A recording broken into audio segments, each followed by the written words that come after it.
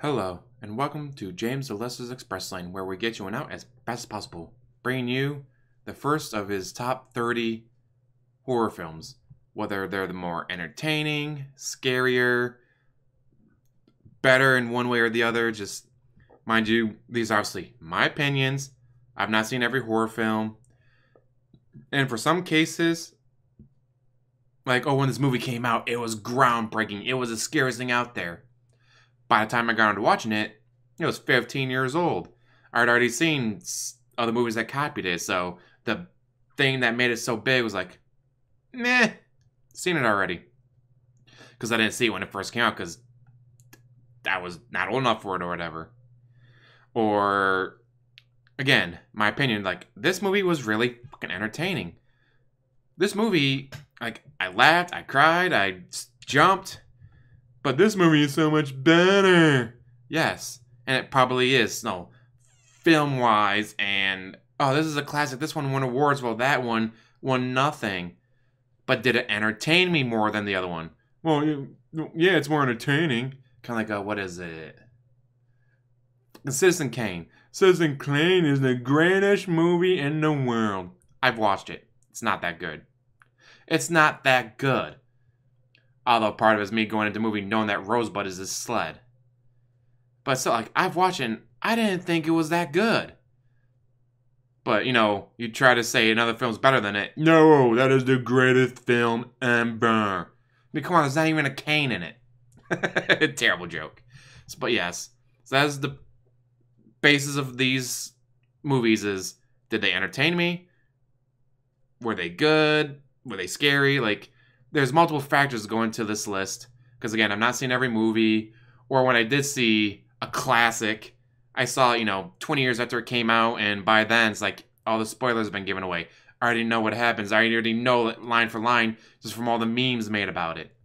So I wasn't shocked. I wasn't surprised. I wasn't entertained by it as much as other people were when they first came out. Because it had never been done before. But by the time I watched it, meh, it's been done before.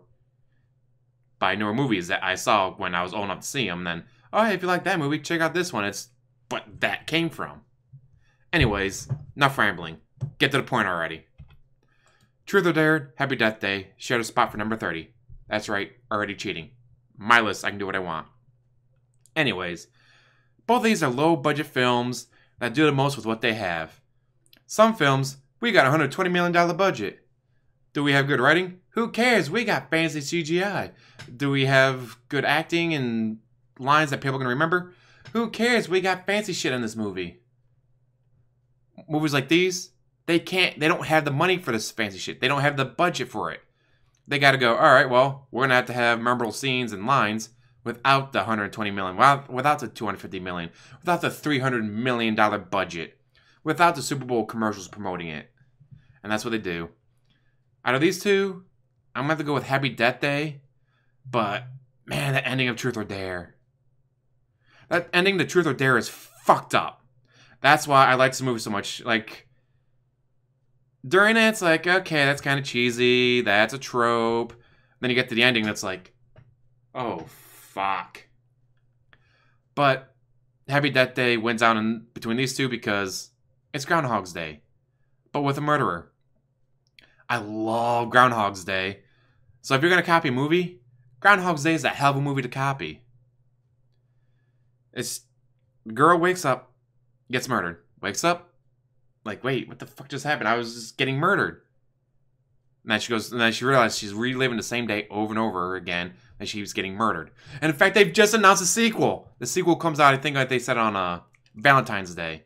It's like, how the fuck do you make a sequel out of this? But they did. I can't wait to watch it. And then for Truth or Dare, if you've seen the movie It Follows, it's that, but with Truth or Dare instead of sex.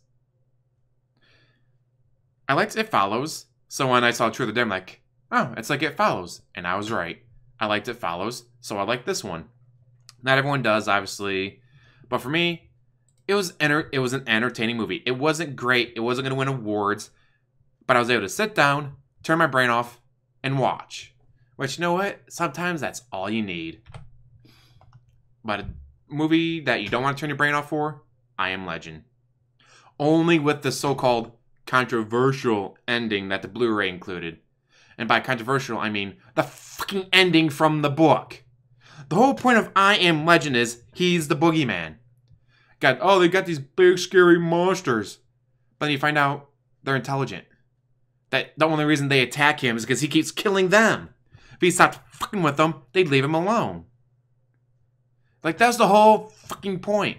That, you tell your kids, oh, you better behave, the boogeyman's gonna get you. While the monsters told their kids, you better watch out or Will Smith's gonna get you. If you get the actual ending from the book, which is included on the Blu-ray, the controversial ending, it is a way better film. Because then you realize, oh, the whole fucking point of calling it I Am Legend is that he's the legend. He's the boogeyman. He's Dracula. He's the monster that's gonna get you. God, I mean, it's a good movie, even with the Hollywood ending, but with the controversial ending, it is so much better. Now, a movie with an ending I sure did not see coming. 10, Cloverfield Lane. The most realistic of the Cloverfield movies. Until the end, anyways. But it's 3 people in a bomb shelter. One, John Goodman, who's a crazy, paranoid conspiracy theorist. But something did happen. It's like, he built a doomsday bunker. Yeah, he's got all this stuff. He's psycho conspiracy. Could be the Russians, the Chinese, the Martians. But he was right. Just because you're crazy doesn't mean you can't be right. Like, something did happen. Therefore, it's a good thing he had the doomsday bunker there. The only reason there's 3 characters is, well, John Goodman built it, so he was prepared for the Russians or the Chinese or the Martians. Second character, he's only there because he's like, oh shit, like, this is apocalyptic stuff going on. I helped build the bomb shelter. He was like a construction company, whatever. So he drives like a bat out of hell to get to the doomsday shelter that John Goodman built. And then the lady, she was in an accident caused by John Goodman. John Goodman was fleeing for his bomb shelter. He was probably, the market, buying whatever, and then, oh shit, it's going down. It's the Russians, it's the Martians, it's the Chinese. Go! He accidentally hit her, causing her to crash, so he felt bad about it, so he took her in. And it's like, I just love the character that he plays, because it's like, he's nuts. He's nuts. But he's right. He's nuts. He's right. Like, he did this. Yes. And he was right to do it. Because if he hadn't done it, he would have been dead. They would have been dead. Everyone would have been dead because of the attacks.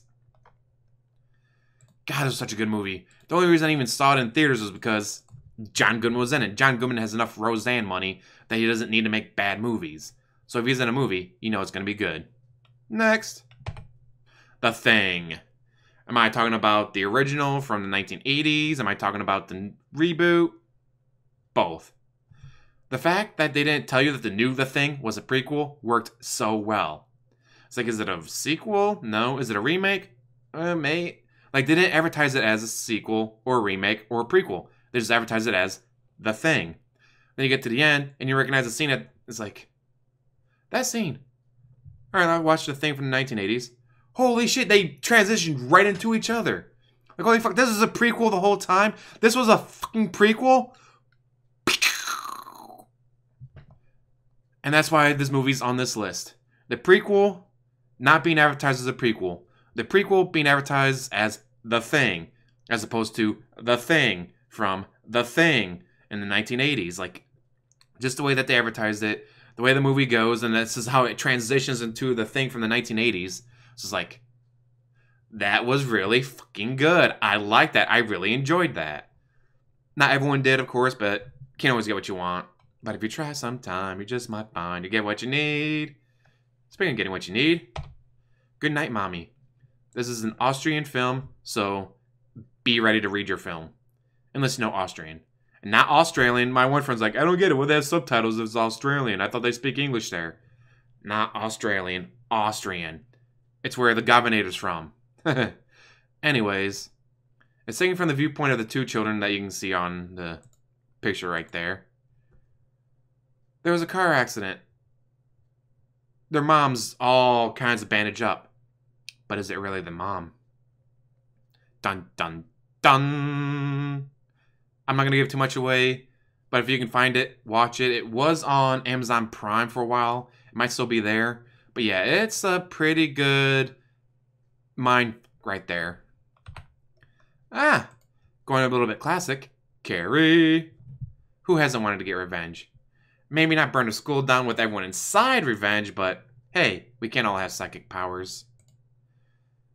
And I included too because majority of the time, sequels like this suck. This time, it may not have been the greatest, but it wasn't the worst either. It's just, like, the first one's really fucked up. Especially with the religious mom and all that, just messing with her and just stunning her growth. But when she gets her powers and kills everyone, like, that scene is that scene has been parodied time and time again for a reason. Because it's just a classic scene. The movie itself was very entertaining. Entertained me more than The Storm or The Perfect Storm. Entertained me more than Tommy... I did like Tommy Knockers. But I didn't like Tommy Knockers as much as like Carrie. Or Pet Sematary. Pet Sematary is cool, don't get me wrong. It's like, the concept is fucking creepy, but... And now they're remaking it. They're doing a remake of it. Which, might be good, might be bad. I enjoyed the first one. The remake might be even better. You never know. Next. Talked about it earlier. It Follows. Like Truth or Dare, it takes something common. Truth or Dare kids game. Sex. And makes it a killer. How they defeat it by banging hooker is clever. Of course, she gets a slow work week and gets killed, then it comes back and oops. Although they didn't show that, but it's you have sex, this thing comes after you. You have sex with this person, now it goes after them. They have sex with someone, it goes after them. They have sex with someone, it goes after them. So again, no, they bang a hooker, she bangs someone, goes after that guy. So let's say it kills that guy. Well, then it goes after the hooker, but then, she's already banged someone else. So, maybe, maybe not. I mean, the concept was cool. The visuals in the movie were pretty cool. And I enjoyed it. I was entertained by it. And that's why it's on the list, because it entertained me. There might be better styles out there, movies that did something better, but did they entertain me as much? No. Anyways, some people are going, what? How is this movie only this spot on the list? It should be way higher. I like these. I do. But I think it was, Dream Warriors? Where one kid realizes, it's a dream. I can be anything I want. I'm a wizard with level 3 fireball. Something along those lines. Whew. And as basically go, he's right. It's a dream. Once you realize it's a dream, just be whatever you want to be. Hi, I'm Optimus Prime. Pew! Or, hi, I'm Superman. Flick. No kryptonite claws? Can't hurt me. Maybe it's been a long time and they explained that you can't do that, or not everyone can do that. But that scene stuck with me in my brain for all these years. Kind of ruined the scare factor for me. And the entertainment of going, why didn't you just go, oh, this is a dream. I'm Superman. Flick. Oh, look at that, your head exploded. Sorry. It's just... But there's still good films. They're still entertaining. I still like watching them. It's just... That one scene of the kid realizing, it's a dream. I'm a wizard with fireball. Kind of messed it up for me. I think that kid did get killed because it's Freddy Krueger, and that's what Freddy Krueger does, but that's because I think the kid got overconfident. Again, it's been years since I saw that movie. And so it may have been explained that you can't do that or whatever, but once you realize you're in a dream, fuck it, I'm Superman. I'm Optimus Prime. Fuck it, I'm God. Smite. Goodbye. Anyways, moving on from there. 28 days, 28 weeks. A good zombie film, but they weren't really zombies. They were the rage virus, not zombie, technically. This film keeps you watching with rapt attention, waiting to see just how bad things get in 28 days. Or in the sequel, 28 weeks. Takes place in London, and instead of doing the entire world is completely fucking destroyed, there's 3 people left in the world. They gotta survive. They did it like, oh no, London's fucked. Like, the military moves in, like, they get a quarantine, and now these people gotta try to escape the countryside. Because England, all of the United Kingdom, whatever, is fucked. And then 28 weeks later, they're moving back in, because the government won, which is how it should fucking be. That's one thing I've never understood in zombie films of, wow, this guy got bit. 24 hours later, every single person on the planet is now a zombie. It makes no sense. Rabies is a thing. Oh, that dog has rabies. 24 hours later, guess what? Not every single dog on the planet has rabies. So I like with the 28 days, 28 weeks later thing that like made me enjoy this movie over others is the fact that the government wins. The military comes in and wins. And then they fuck everything up anyways, but it's a horror film. They gotta fuck stuff up or it just doesn't get entertaining. Anyways, next. And last on this list, for 30 through 21, the Evil Dead series. All of them are good, even the show from Showtime. It had no budget, but what are you gonna do? Sad face that they canceled it. Started off as a serious horror film. By the end of the trilogy, you have lines that will live immortal while being ridiculous all at the same time. Who hasn't quoted the good ash, bad ash? Good, bad, I'm the guy with the gun. And the shot smart, shot by smart, forgot the words. In fact, when Bruce Campbell announced that the show was canceled, everyone was posting on Twitter, you forgot to say the words, didn't you? You forgot the words again, didn't you? Like I said, it started off as a very brutal, gruesome, gory horror film. And by the third film, it was a fucking comedy. Then they did a remake, and the remake had a great twist at the end that I really fucking enjoyed. Like, that was pretty good. I liked that. They never made a sequel to it, though, as far as I know. And then they came out with the Showtime show, which was entertaining, which is why it's on this list. Goddamn, I love horror films and TV shows and all that. I was trying to avoid TV shows, sticking to just movies, but it's The Evil Dead. He gets away with it because he's Bruce Campbell. Anyways, what do you guys think? Are you guys excited to see 20 through 11? Do you think some of these movies should not have ever made it on a list or should have been higher, lower? Tell me down in the comments below because as always, like, subscribe, comment down below, and have a wonderful day.